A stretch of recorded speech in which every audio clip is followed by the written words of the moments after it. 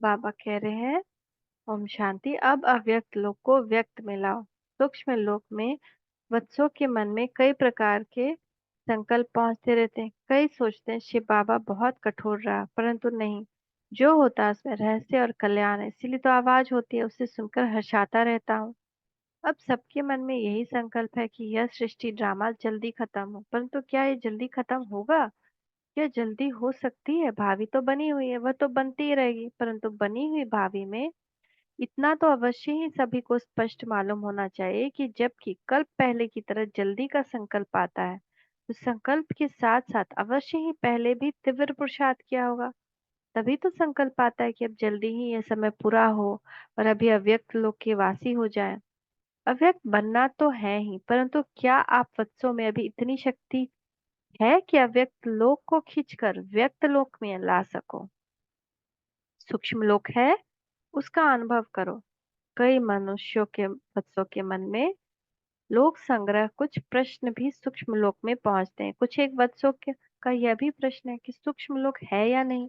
कई बच्चे इस उलझन में हैं कि साकार बाबा द्वारा तो यह कहा गया था कि सूक्ष्म लोक नहीं है, तो फिर साकार बाबा गए कहाँ?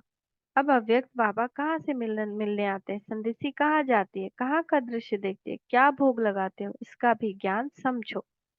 साकार ब्रह्मा द्वारा क्यों कहा गया था कि सूक्ष्मतन नहीं है? ऐसा पहले उन लोग को कहा गया था, सभी बच्चों को। इसका कारण है, आप लोगों ने देखा होगा कि कई छोटे छोटे बच्चे जब किसी चीज के पीछे लग जाते हैं और वो चीज भले ही अच्छी भी होती है, परंतु यदि वे हद से ज्यादा उस चीज के पीछे पड़ जाते हैं, तो क्या किया जाता है?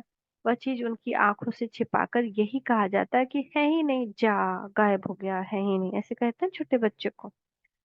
ऐसा इसीलिए कहा जाता है कि उनकी जो बहुत ज्यादा लगन लग गई है वो कुछ ठीक हो जावे। इसी रीति वर्तमान समय कई वर्ष इन्हीं बातों में बहुत कुछ चटक गए थे। अतः उनकी बुद्धि को इस बात से हटाने के लिए कहा जाता था कि सूक्ष्म वतन है ही नहीं। परंतु बच्चों से यदि कोई चीज छिपाई जाती है तो चीज खत्म तो नहीं हो जाती है। ऐसा तो उस चीज से छुड़ाने के लिए कहा जाता है जिस चीज से बच्चे बहुत चटके होते हैं, परंतु कई वर्ष इस युक्ति को समझ न सके। भला सोचो कि अगर कहने का यह भाव होता कि सूक्ष्म लोक वास्तव में है ही नहीं, तो भोग क्यों लगाते? क्या वे भोग लगाने की रस्म को कायम रखते? और जब कोई भी कार्य ऐसा होता था तो साकार ब्रह्मा स्वयं भी ऊपर से सूक्ष्म वतन से पूछवाते क्यों थे? वो ऐसी बात नहीं कि सूक्ष्म वतन है ही नहीं, बल्कि सूक्ष्म वतन का वासी बनना है। आना जाना अधिक नहीं होना चाहिए, बल्कि यह पुरुषार्थ रहे कि आने जाने के बजाय स्वयं सूक्ष्म वतन वासी होने का अनुभव कायम रहे, क्योंकि इसमें ही कमाई है।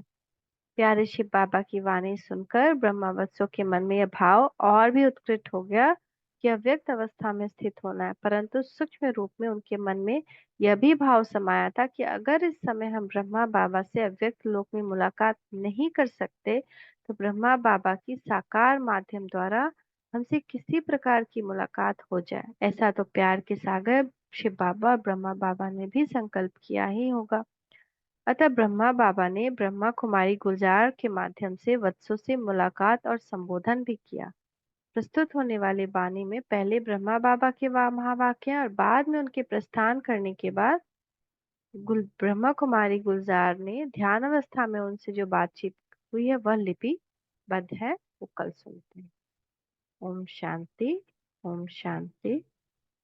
ओम शांति।